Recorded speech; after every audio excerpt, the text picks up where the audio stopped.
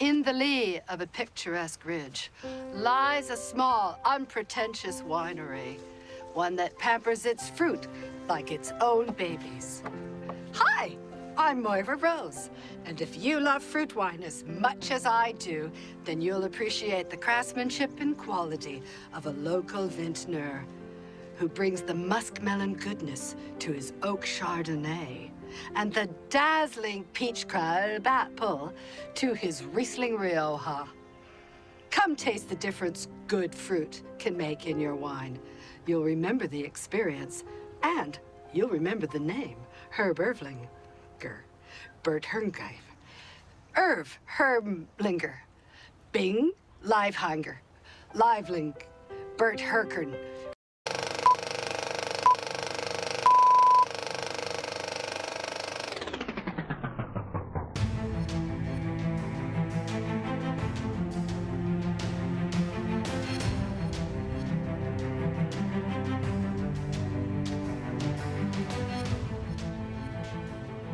David, would you please stop acting like a disgruntled pelican? Oh my goodness, so funny. I love her so much.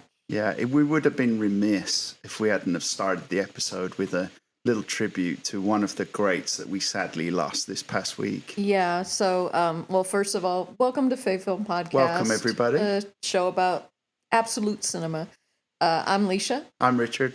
And yes, we are going to start off by talking about a great loss to the film community, to comedy, to just humanity, really. Yeah. And that's Catherine O'Hara. She passed away at the age of 71 last week. So young. So young, yeah, and so unexpected. It was just really, it just came out of nowhere. It was a real shock, and we were just, really upset by the news. She's one of our favorites. Absolutely. I mean, I was actually trying to think when I heard.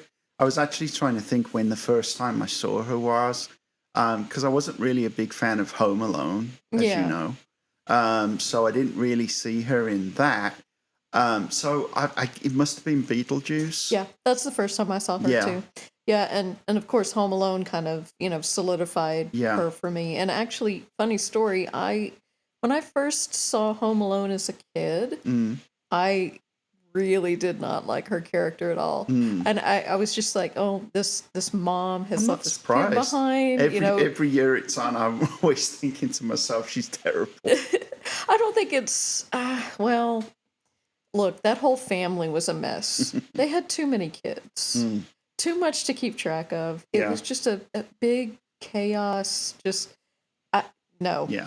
But I didn't like her character at first, but then I grew to appreciate it, as I got older and as I realized just how much chaos she was dealing with. Yeah. But it's still, it's kind of, a lot of people on social media were saying after she passed that, she was like the mom of our childhoods. A lot of people pointed to Home Alone. It still remains a popular holiday film. It still remains something I watch every year. Yeah, we have it on every year. Yeah, and it's when you're decorating the tree. Yep, every year. Yeah. So a lot of people pointed to that film, but obviously you and I have a real appreciation for her from the work she did in the Christopher Guest mockumentary films. We have done a whole episode before on Waiting for Guffman, and she's such a huge part of that whole ensemble, but she just really, she's so funny in it. My God. Well, we watched Best in Show again yesterday. Yes. And just incredible. And I was thinking back to the first time I saw that, and I remember it was, years, and it must have been 2001. Yeah, probably 2001. Yeah, when you showed me Best in Show for the first time. Yeah. And just fell in love with it. And then, she's been in pretty much every Christopher Guest film since, right? Yeah, she was. She wasn't in Spinal Tap 2, but no, but in every she was in that. She was in Guffman. She was in Mighty Wind.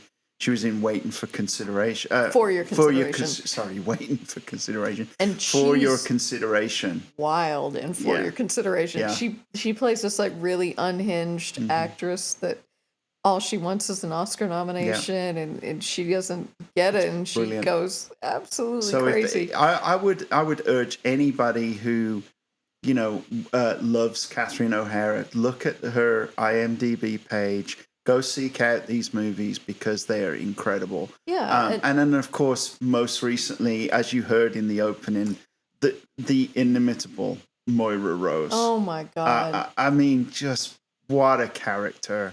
Yeah, that scene where she's filming that commercial for the winery, and Moira Rose's speech pattern anyway is so hilarious. Just the way she is, and the baby, that kind of thing. Yeah, Jocelyn. David. It's just crazy. I mean, we love Moira Rose and Schitt's Creek so much. If I look to my left in the room where we're sitting right now, we have a complete collection of the pop figures. Yeah, we got have Moira, Schitt's Creek. Yeah, Christmas ornaments. It was last year we got the Moira Rose one that came out, which has sayings when you press the button. Yeah, and just amazing. So a great loss, big an time, absolute talent. Rest in peace, Catherine O'Hara. Yeah, you will be missed. Tributes poured in throughout, last week and stuff, and honestly, no one said a bad word about her at all. Of course not. I mean, she was just so amazing. She elevated anything she was in. She kind of she had this long history of improvisational comedy and sketch comedy. She was on SCTV. That's where she first met. I never saw any of that because we never got that in the UK. First met Eugene Levy and John Candy and everything. I mean, her and Eugene Levy, just a dream team. They really are. Just so much chemistry. They've played couples. They were in Best in Show as a couple. They were in Mighty Wind as a dysfunctional couple. And they were both in For Your Consideration. But I like to think that if there is a heaven, I like to think that when she came to the pearly gates, that they, that Gus Polinski opens the door, that John Candy opened the door and was like, hey, need a ride? And Oh, and by the way, John is here. John Hughes is here as well. Oh, yeah. So I can see, it just reuniting with those funny, brilliant minds that, But it's, it's really, we had 2 shock passings. So we had Rob Reiner and now Catherine O'Hara. I mean, that's someone check on sad. Christopher Guest. Christopher Guest has had a rough time of Bubble wrap him. Yeah. Well, I'm just saying that he lost 2 people very close to him in the span of a couple months. Yeah. So, but she's incredible. She will live on with her body of work. A lot of her movies are getting, refocused because, and Schitt's Creek has actually now moved from Netflix over to HBO Max. Oh, yeah. So if you haven't seen it, watch it. If you haven't watched Schitt's Creek and you have Max, treat yourself. Yeah, and trust the process because the first few episodes, they take a little while to get going. It's like Parks and Rec when it first came out. Parks and Rec's first season is completely different from the rest of the show. True. But Schitt's Creek, stick with it because you will, trust me, trust when I say this, you will grow to love these characters. Well, you go through the gamut of emotions with this show as well. It made me laugh. It made me cry. It made me wince. It's phenomenal. Yeah.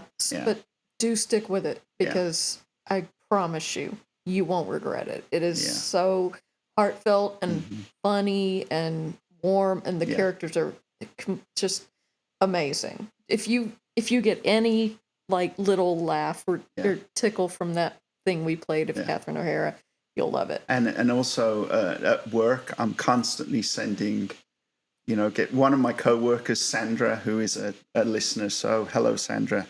I'm constantly sending gifs of Moira Rose. Yeah. because they're just brilliant. So, Yeah, but R.I.P. Catherine O'Hara, you will be missed. Yes. So we wanted to open up with that little tribute. Rest in peace, Queen. So, all right. So, do we have any news We this do week? have some news this week, All so right. let's get into it.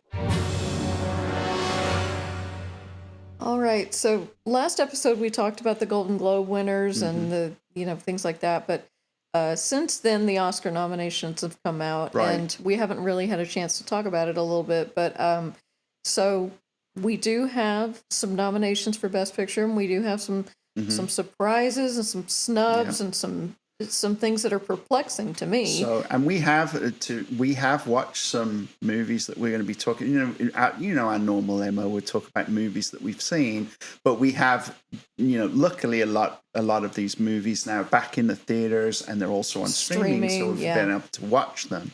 Yeah, so we have, made a conscious effort to try and watch some of these. So we'll, no spoilers, but we will tell you about some of the things we've seen.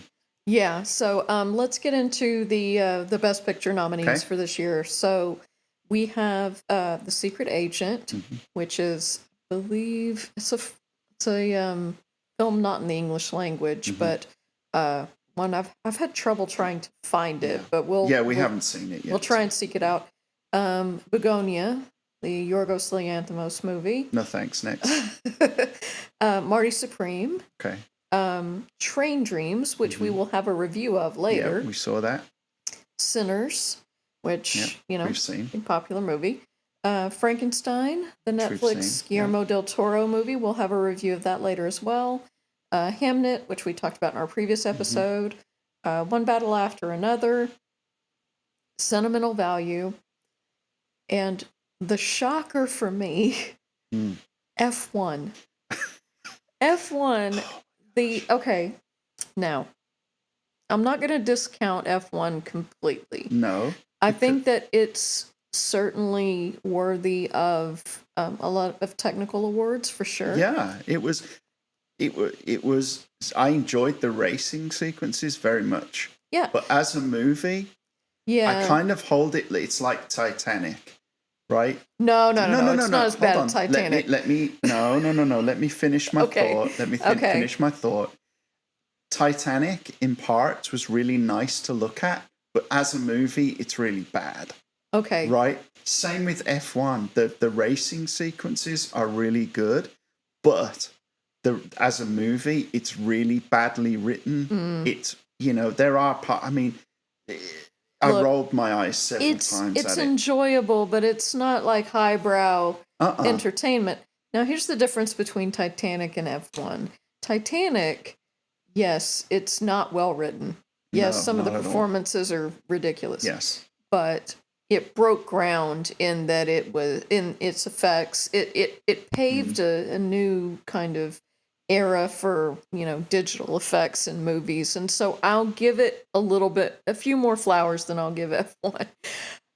I enjoyed F1 just fine. Yeah. Is it Best Picture worthy? No, absolutely not. Because if you're going to say F1 is Best Picture worthy, then Top Gun Maverick should have been nominated a couple years ago. Top Gun Maverick was incredible. It's the same kind of deal. It's an enjoyable kind of... Right.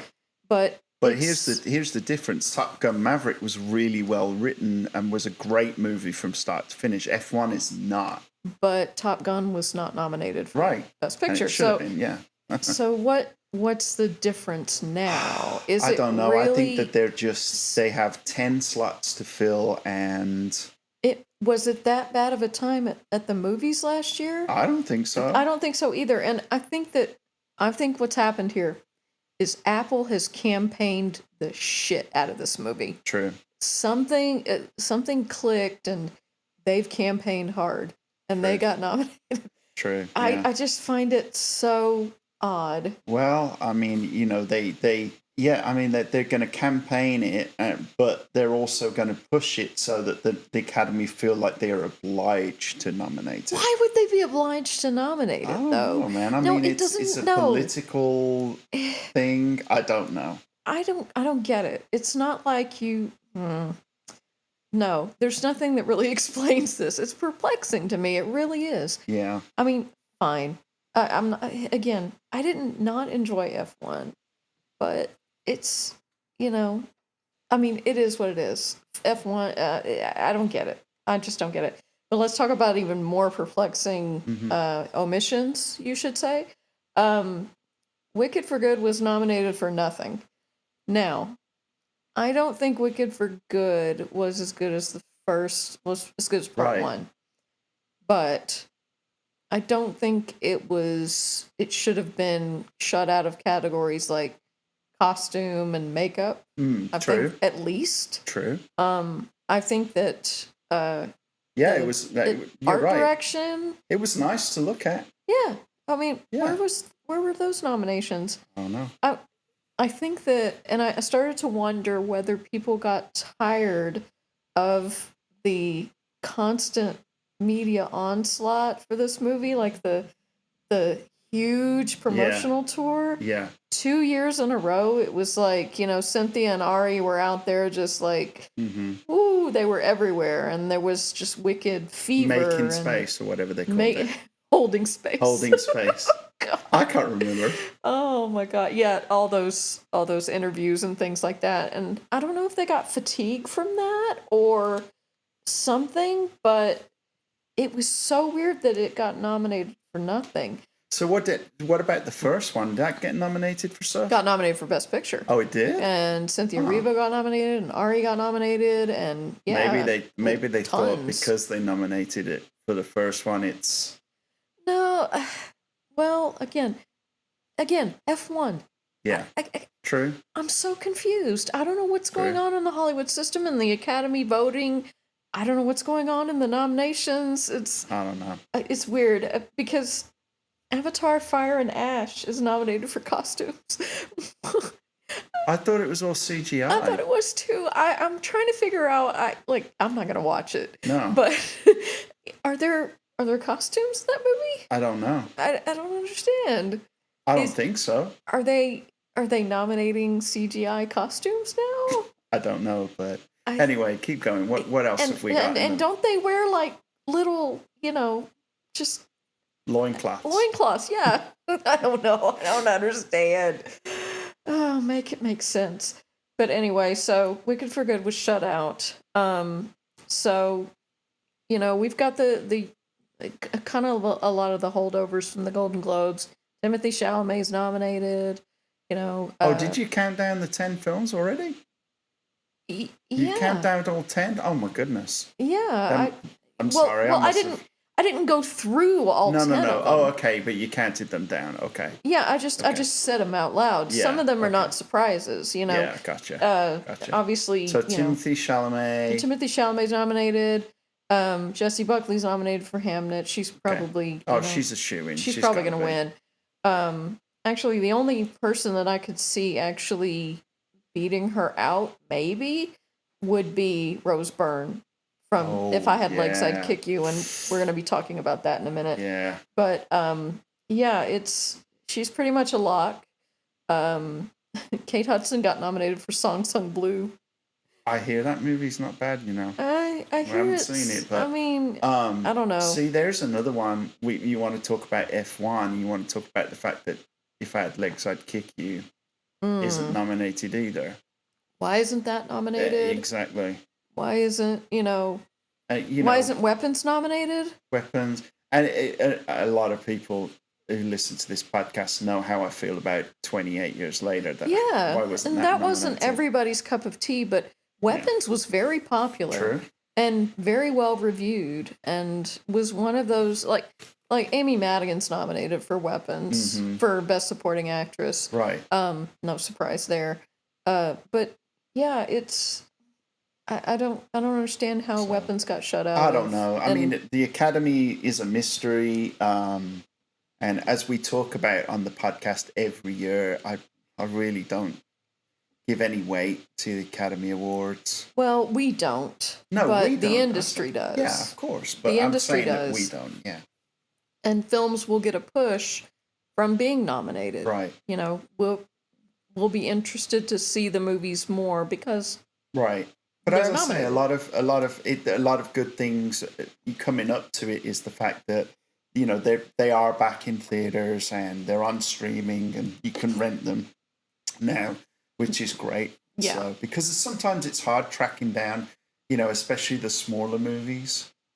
Yeah, and nowadays, and that's why the Oscars they shine a light on smaller movies like this. Yeah. But that's why, with the way that streaming works now, and with the way that rental works now, you're gonna see you can rent Hamnet right now. Yeah. You can rent it for $20 or whatever, Yeah. but you can rent it still. Yeah. And so it's easier now. Yeah, it is easier now. And if you think about how much, even a matinee show, at our local is, $10.50 a ticket. Yeah. So if you think about, you can rent Hamnet for $20. That's just the cost of 2 tickets. You don't have to buy any popcorn. Yeah, you can make your own at home. You can make your own at home. Get you a bag of Smart Pop. And you don't need to go anywhere. So, it's... That's the way and that's why movie theaters are struggling. Right. Because they can offer movies so much faster and at a price that makes sense. So, yeah. So the Oscars remain a mystery. Another year, another bunch of weird stuff, but we'll see who wins. I can't remember exactly when the ceremony is meant to air. It's sometime this month, I'm sure. Yeah. So, but yeah, you're going to see your usual cast of characters, and,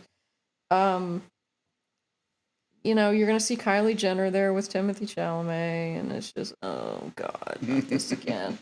But we will be tuning in, so... I will be tuning in. You won't be tuning in? Yeah, well, can tune in. I'll tune in via social media. Okay. I'll follow the night. I'll follow the news. Sunday, March 15th is when the Oscars will air on ABC and Hulu. Okay. So, we'll see what happens, and we'll have a review, and I'll probably be mad about something, and of course. I always am. There's always something that doesn't make sense to me. All right, so moving on to our next news item. So next week, I'm excited because Wuthering Heights is coming out. Oh yeah, okay. Emerald the new Fennel. Emerald Fennel movie. Yes, the adaptation of the Bronte. Which Bronte is it? Do we know? Charlotte? I can't remember. Emily, maybe? Look, I didn't major in literature, sorry. But I'm excited about Wuthering Heights. Jacob Elordi, Margot Robbie, Emerald Fennel. I'm on board. Charlie XCX is doing the soundtrack. Now, the only thing that I think about this is it just going to be shocking for shocking's sake? Okay. So, because I know there's a lot of buzz around it, and everybody is still reeling from Saltburn, I guess. Well, we know Emerald Fennel is not going to make a movie that doesn't, get you talking. Mm-hmm. She's going to do that. Yeah. So the first reactions have come in from, advanced screenings, and let me guess. One of the reactions is, "Woo!" No. That's a reaction. I was going to put it a little more eloquently than that, but so they're positive. Okay. So critics have called it a rip-roaring, bodice-ripping epic, sumptuous, intoxicating, madness, and beautiful gowns, which is just a joke about beautiful gowns. So we will be seeing it, I hope, next weekend. I told you we need to get tickets. Okay. And he was like, inside secret, he was like, do we have to? And I'm like, yes, we do. He's just still mad because I made him go see The Housemaid. Oh, please. Yeah, which I promise you... At least she's not in Wuthering Heights. Yeah. Oh, God. Can you imagine? No. Oh. So, she's like, no, we'll go hey. see it. No, we'll go see it.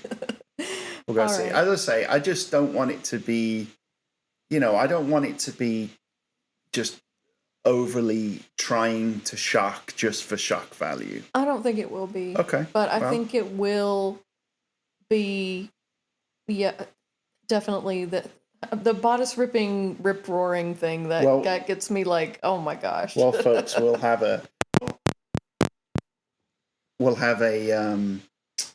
little review for you next week, I'm sure.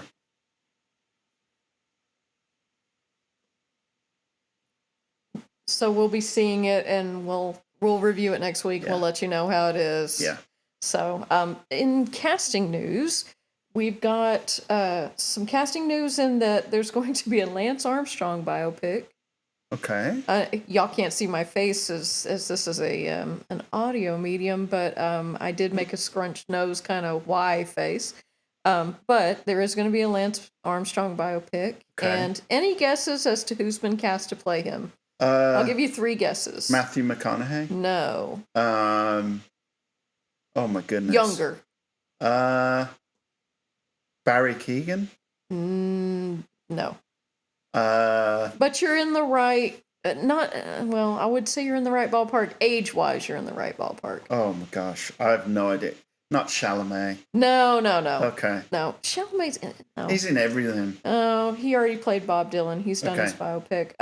Austin Butler. Oh, okay. The guy from Elvis. Yes. Okay. I'm a little bit. I don't know. Do we need a Lance Armstrong movie? No.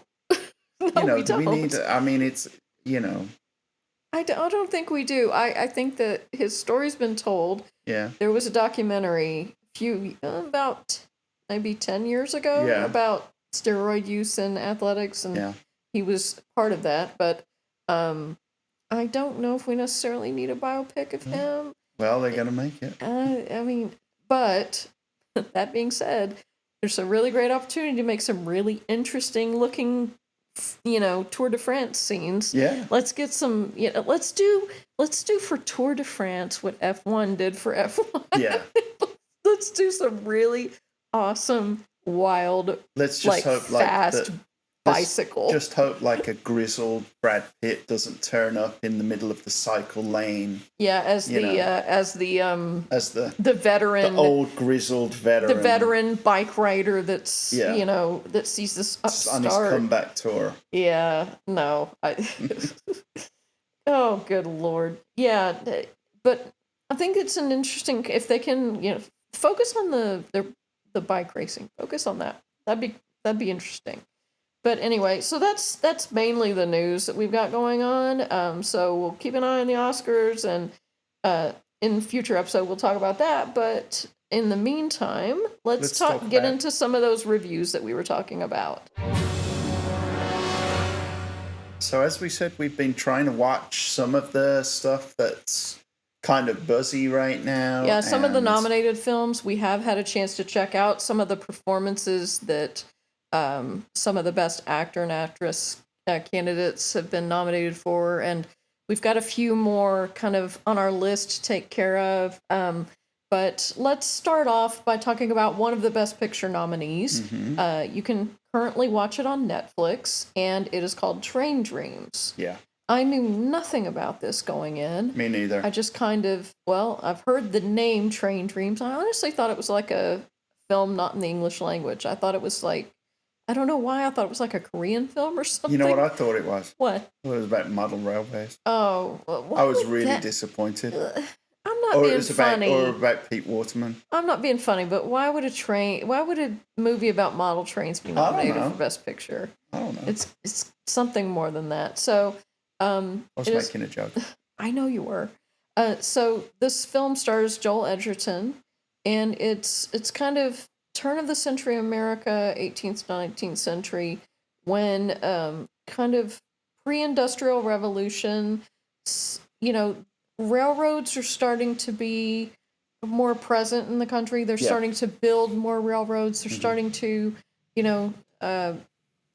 cut down forests to have lumber to make the railroads. To make the railroads, yeah. And it's a dangerous job. And so this movie is about Joel Edgerton as one of those men who was employed to help build railroads, and he sees the world changing, and he sees things becoming more dangerous, and as times goes on, his priorities change. Yeah, he becomes a little bit disconnected in general from his life, because he he's kind of a rural sort of guy, cabin in the woods kind of guy. Yeah. And the world is changing around him, and he's losing connection with the kind of simpler things in his life, and he can't really keep up. So it's a really interesting film. It's and a beautiful film Yeah. to look at. Yeah, and we've got a little clip Just a little clip from yeah. the movie. This is Joel Edgerton and Carrie Carrie Condon. Yeah. Yes, from you'll remember her from The Banshees of Inisherin and from Breaking Bad and Better Call Saul. Yeah. And it's just a really it's a nice exploration part of the film where they're talking about the world changing and they're talking about the forest and what that means in their lives. Because this guy goes through a lot of changes. Yes, We're not going does. to talk about it because it's going to spoil things. Yeah, his life is there's a lot going on. So, but yeah, let's have a little listen to the clip. In the forest, every least thing's important. It's all threaded together, so you can't tell where one thing ends and another begins if you really look at it. The little insects you can't even see, they play a role as vital as the river. The dead tree is as important as the living one. There must be something for us to learn from that. What if you got nothing left to give? What then? World needs a hermit in the woods as much as a preacher in the pulpit, you know?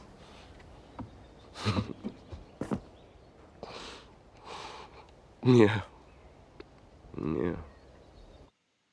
So yeah, that's it. It's a nice little illustration of kind of.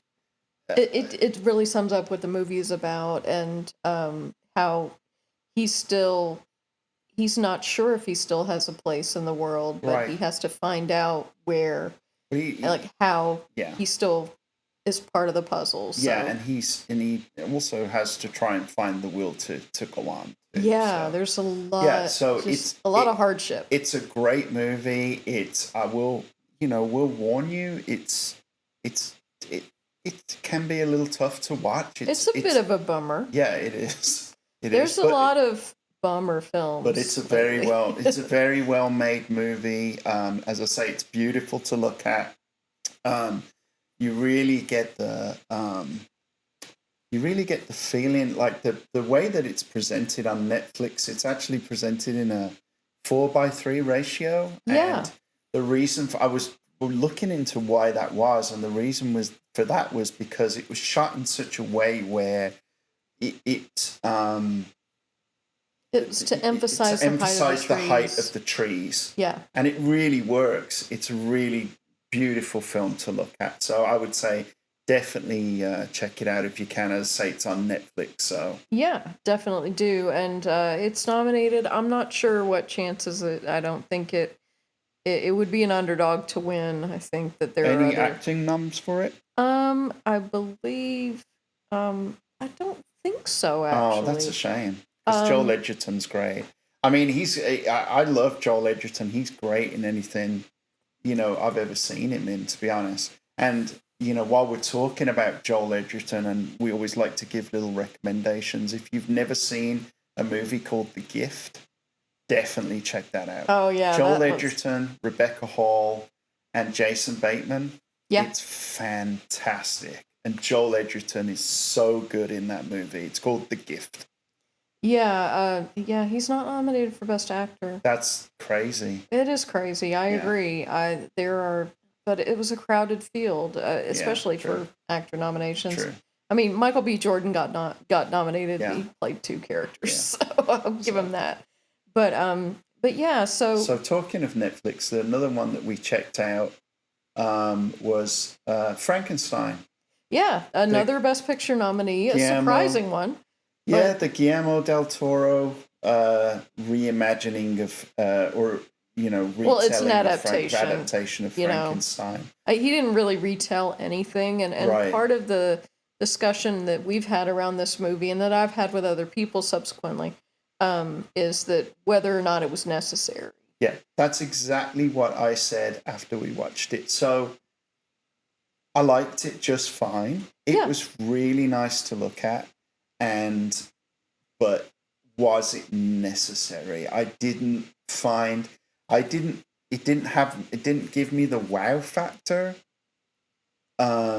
Yeah, So I get that. I think I liked it a little more than you did. I think stylistically, it's very Guillermo del Toro, and I like Guillermo del Toro's style. It's, I do too. It gives me, I think he really went for it with regards to some of the, for the stitching together of the monster, some of that sort of body horror of, finding the parts for that kind of stuff. Yeah, I mean, it was grisly. Yeah, and I do think that, generally it's well acted, and Oscar Isaac as Dr. Frankenstein, really unhinged, really good. Yeah. Good accent work, by the way. I would, really good accent work. Sometimes when American actors do British accents, it's not very good, but he did really well. He was good. I mean, I'm not saying it wasn't bad at all. It was just, as I say, I'm not sure it was, was necessary. Yeah. I think Branagh Brannagh's Frankenstein, I think, did it already and was perfectly fine. I really like Branagh's Frankenstein. I think that even though Branagh's Frankenstein does follow the story pretty closely, takes some detours. Well, yeah, because it's shorter for a start. Yeah. This version is 2.5 hours long. Yeah, but I do think that this one was a little bit more faithful to the story as a whole. But I will say Jacob Elordi is nominated for Best Supporting Actor for playing the monster. Really? By the way. Yeah. I mean, I'm not sure on that. I guess. I'm not sure on that, but yeah, it was okay. I mean, it's on Netflix. Make up your own mind, Yeah, but I think stylistically, good. Yeah, and I know that he wanted to make it for a long time, so he's got to live it out. It's on Netflix for everybody to look at. So have a watch, make up your own mind. But we were kind of, I liked it a little better than you, but you were kind of mid on it, and so that's what it is. But so one movie I do want to talk about that's part of the Oscar conversation. We talked earlier about Rose Byrne being nominated for Best Actress for If I Had Legs, I'd Kick You. Now, we watched this, and I will say it is an anxiety attack in the form of film. Man. It is so intense. It is. And relentless in what this woman goes through. I felt like really visceral, feelings about mothers and having to manage all of this stuff and still keep a hold of yourself, and how do you deal with just, and she was dealing with an extraordinary amount of stuff. Yeah. A sick child, an absent husband. Yeah. Just a world that just seems to be and a big against hole her. in her roof. A big hole in her roof. And living in a shitty motel, but seeming like all of the world is against her.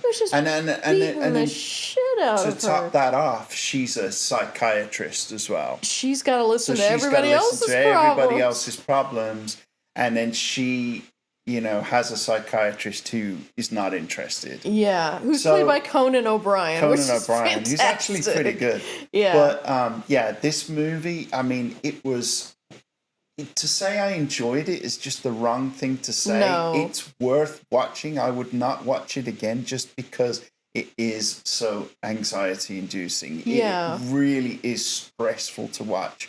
It reminds me of, you remember that scene in Boogie Nights with Alfred Molina? Yep. Where they're doing the firecrackers. To Sister Christian. Yeah. Yeah. Oh that my scene, gosh. If you think about that scene, but the whole movie. Yeah, it's just one thing after another. But she is... This is the real one battle after another. She goes through that. She is exceptional. She's incredible. I love Rose Byrne anyway. I described her, I think we were talking last week, and I described her as a Swiss Army knife. Because everything she puts her hand to, she just is fantastic. Yeah, she's incredible. It is a really great, raw kind of just Definitely check it out. Such an emotional performance. Yeah. And I ended up on Letterboxd giving the movie 4.5 stars. And the only reason I give it 4.5 instead of 5 is because I kind of just wanted a little bit more levity, a little bit more hope. Oh, It just, it was just from start to finish. I was just like, nails into the chair. Yeah, and I think the I'm not going to give anything away. I think the last probably 10 minutes are going to be quite divisive as well. I can understand that. Yeah, because I was kind of like, oh, yeah, But yeah, definitely worth watching. It's on HBO Max now. Yep.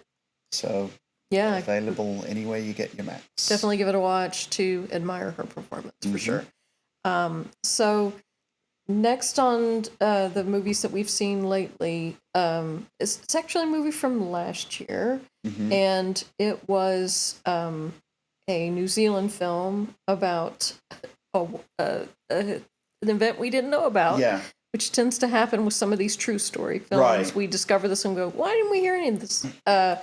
So it's called Pike River, and it stars Melanie Linsky as the wife of a miner. And there was about 10 years ago-ish, 12 years ago, there was a major mining accident at Pike River. This is a true story. Yeah. And, it was a deadly accident. I'm not like spoiling the movie by any means, but it's a historical event. So it's hard to spoil that, but it tells the story of the battle for accountability for the mining company of failing to keep these men safe, and the battles that the families go through to try and bring the bodies home. Bring their remains home, and the mine just remains dangerous, and there's just a lot of extended court battles. There's some political ramifications. There's a lot of different things going on that are standing in the way of these families getting the justice that they want. But it's a story of perseverance, of hope. Yes. It's kind of along the same lines as the mini-series that aired on Channel 4 in the UK, the Mr. Bates versus the Post Office. It kind of gave me those vibes. Yeah. Gave me a little bit, it's a story about real people battling. Yes. Battling forces for what they believe in. Corporations, government, courts, etc. Yeah. So Melanie Linsky is really good in it. She actually gets to speak in her own real accent for once. Yeah, and Robin Malcolm plays Sonia Rockhouse as well. Yeah. She's really great as well. But we let's take a little listen to the trailer, shall we? You've probably not heard a lot about this movie, so here's a little more to help you get the vibe. Right, guys, listen up. Ben, you up with Joe. Is it even legal? 17 yesterday! They enjoying it down there? Yeah, loving it. This is a good job for him. Don't go in tomorrow. I have to. We're way behind. You heard from the boys? No, why? There were 35 miners down in the mine. They don't know exactly what happened at the moment. There's been an explosion at the mine. What happened up there? Where are they going in? We need to make sure the recovery is safe. Recovery? All the men are dead. We'll bring them home. For whatever it takes, we'll bring them home. So there's just a little bit of the trailer. It's very emotional. I loved it. I mean, to be honest, you had me at Melanie Linsky. I think she's great. She's great. We love her in Yellow Jackets. She's in The Last of Us as well. Yeah, she's been in a lot of different things. Yeah, she's been in a lot of different things.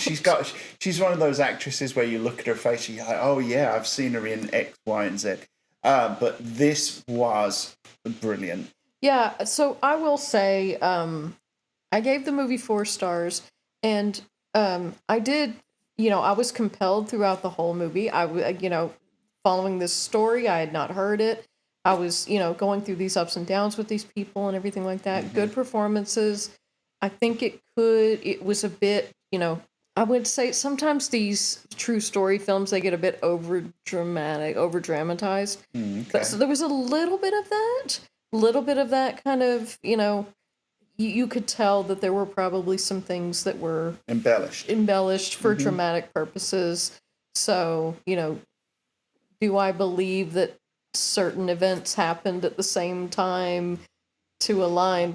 No, but I'm not gonna, mark the film down for that. It's just, it was very good. I did, I was there the whole time. I really enjoyed it. Yeah, it was a good, story.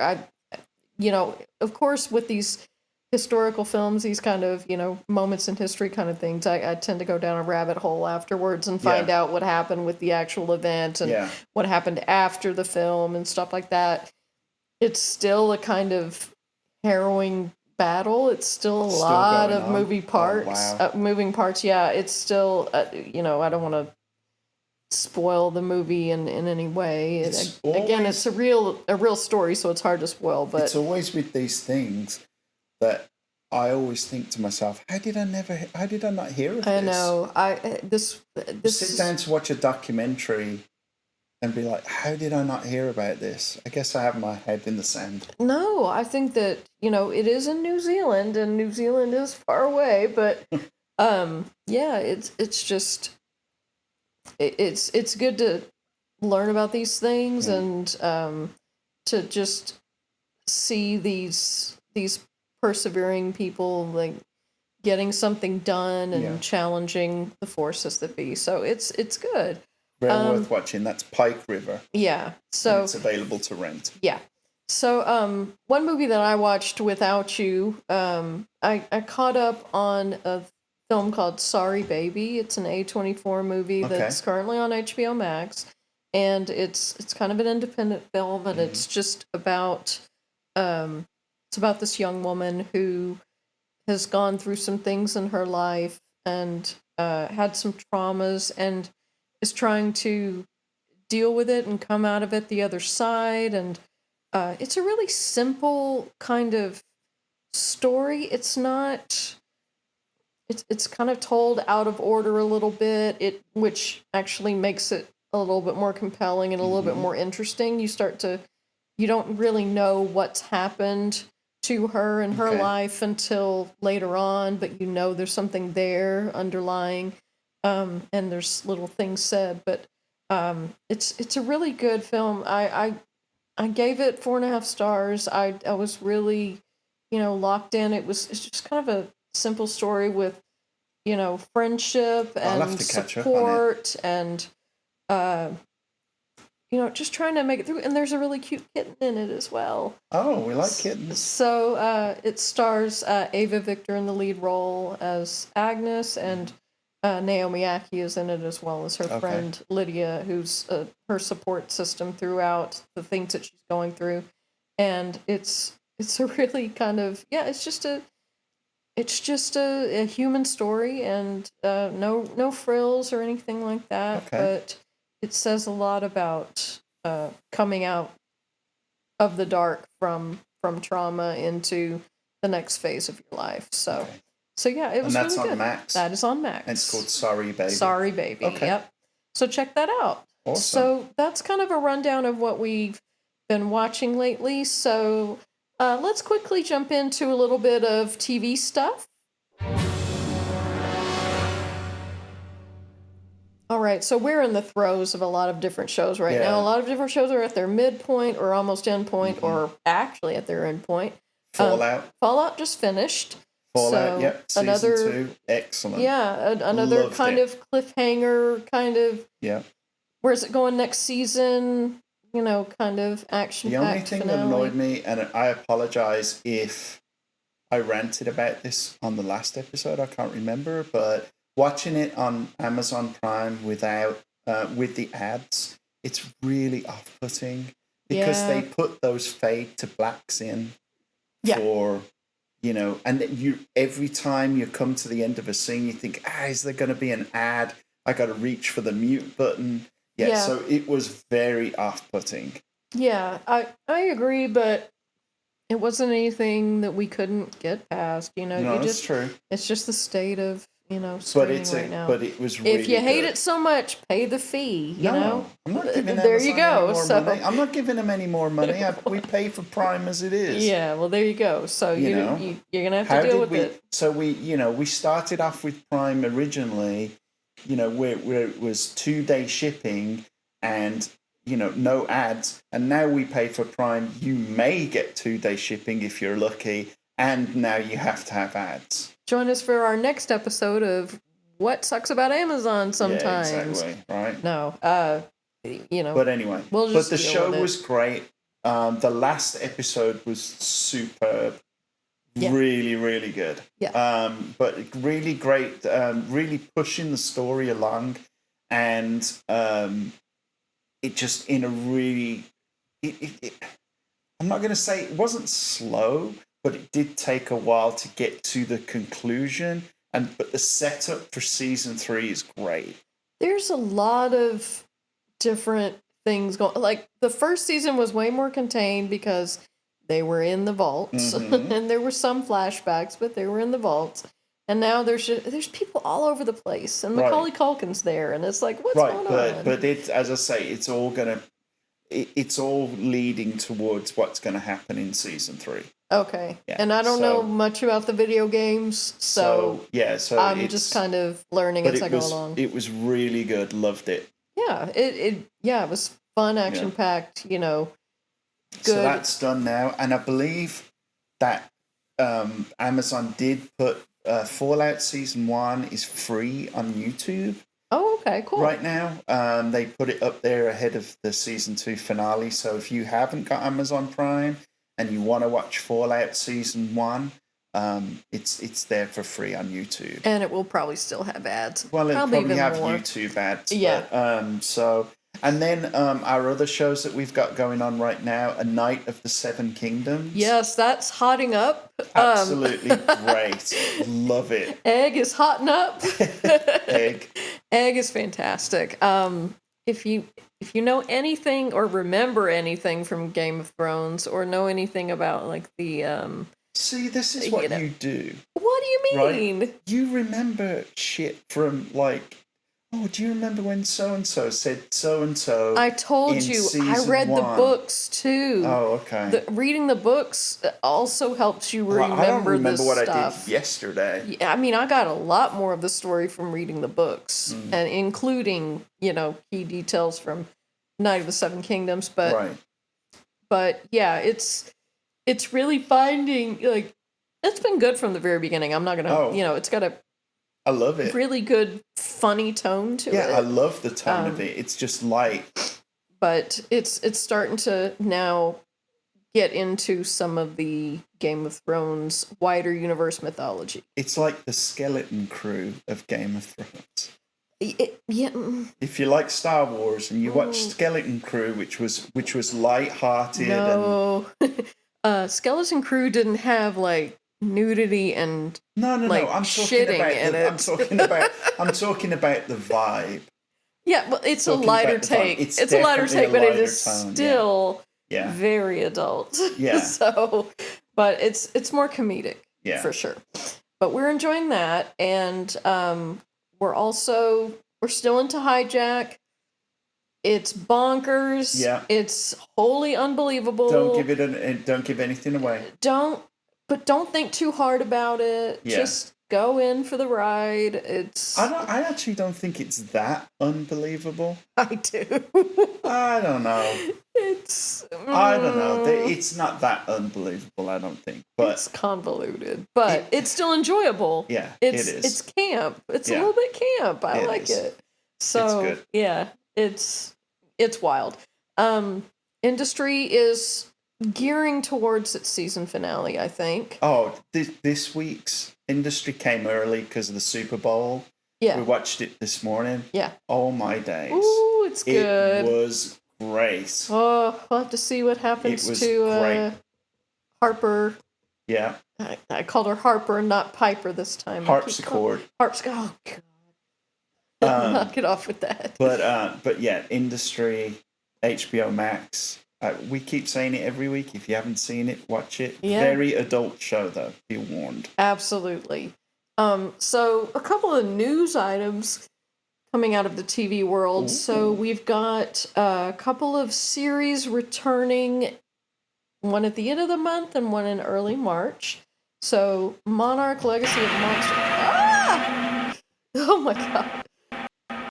Stop remixing Godzilla. Oh God. That's everybody knows that's my favorite button. I know. Stop. Okay. Can we get serious for a minute? Okay. It's Godzilla. No, I know. Okay, so Monarch Legacy. Don't press it. I'm not pressing. Okay. Monarch Legacy of Monsters returns to Apple TV later this month, February 27th. So excited. So we'll see what the future holds for Godzilla and King Kong. Yeah. Yeah. Did they really talk about King Kong in the previous years? Did they get to King Kong? I can't remember. So. We need a recap. He's in the trailer. Okay. Do you want to have a little listen to the trailer? Sure. Okay. Well.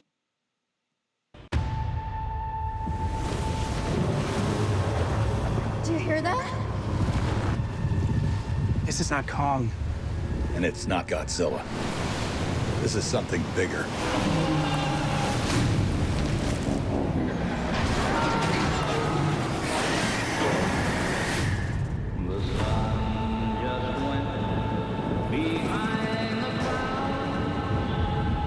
We opened the rift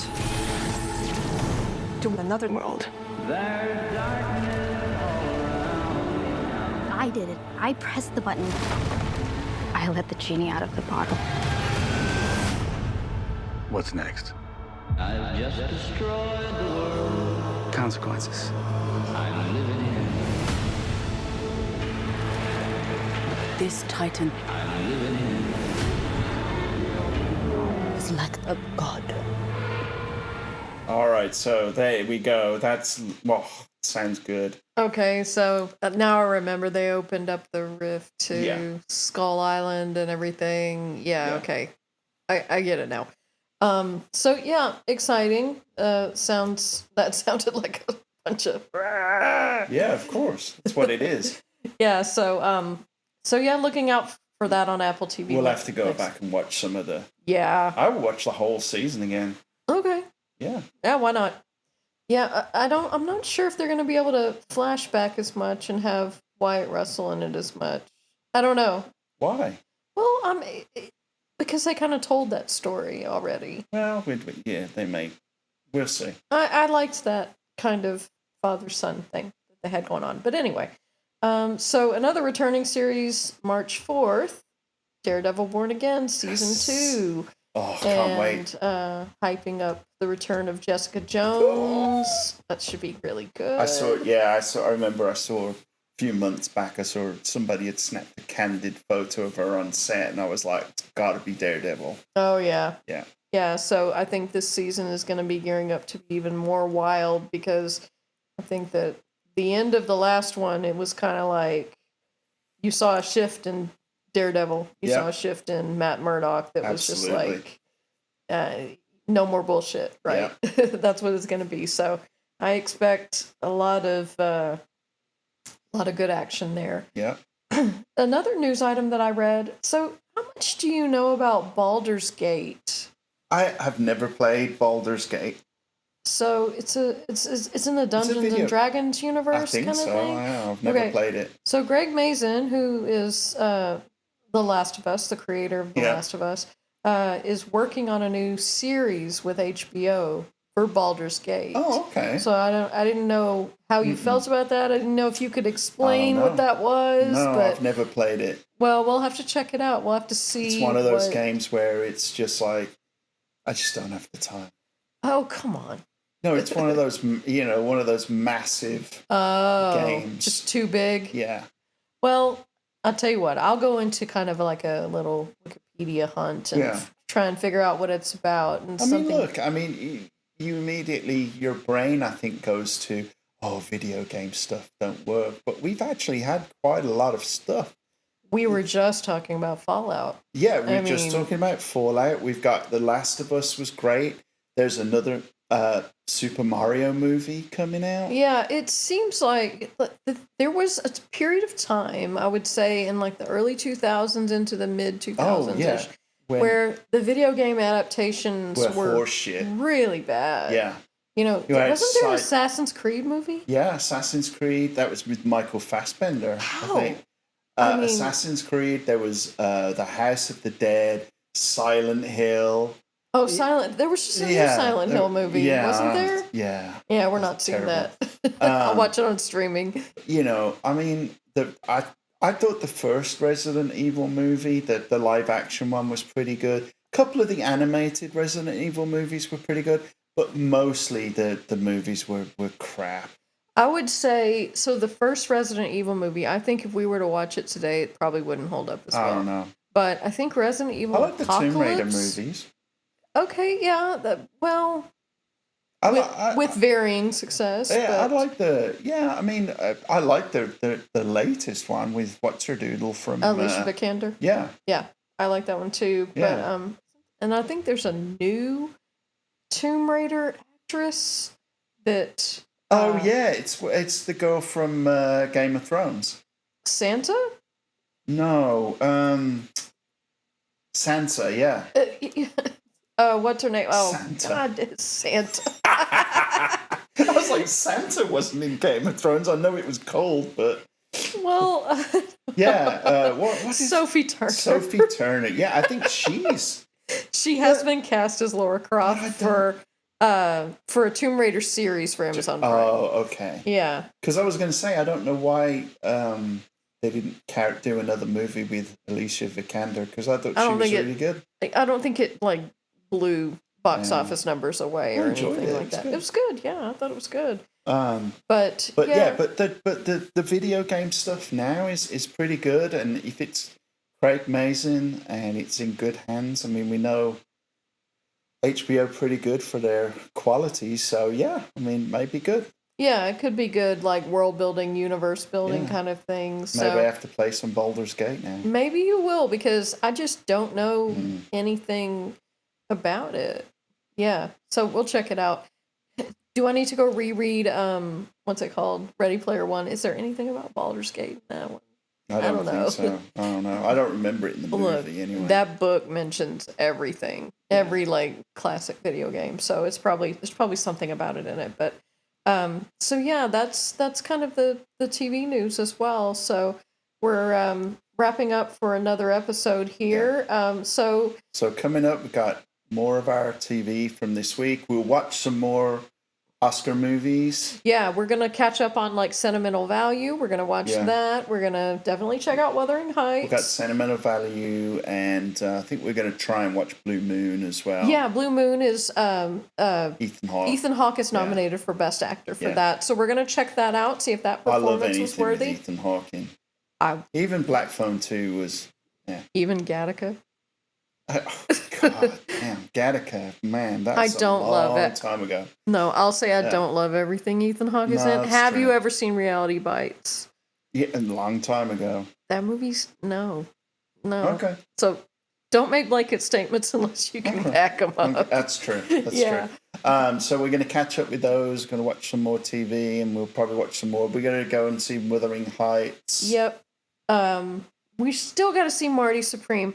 I'm guessing it's going to hang around for a while. No, I think it's actually coming out to rent, I think, okay, this good. week. Because I'm not... So maybe we'll rent that this week. We'll rent it, watch it at home. I think that, that's one of those movies that's going to give me an anxiety attack probably, too.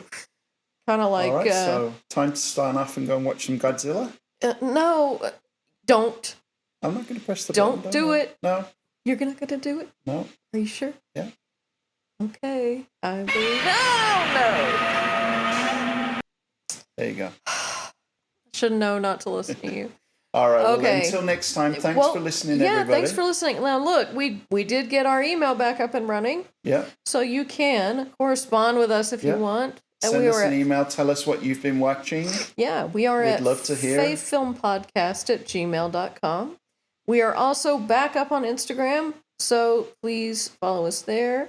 And maybe, just maybe, we might do something on Letterboxd. We might do kind of a joint little thing. Oh, maybe. yeah, that'd we'll be see great. about doing that. Yeah, so that we can cool. post some more of our reviews and recaps and things like that. Excellent. But until then, you can reach us on the emails and on Instagram. Get in touch. We'd love to hear what you're watching. Yeah. We'd love to hear any recommendations you may have. Love for you to correspond. You know, tell Richard to stop playing the Godzilla noise. Oh, I think people are scaring going to me. love the Godzilla noise. So, All right, fine. All right, so until next time, we'll see you soon. Thanks for listening, See you everybody. soon. Bye.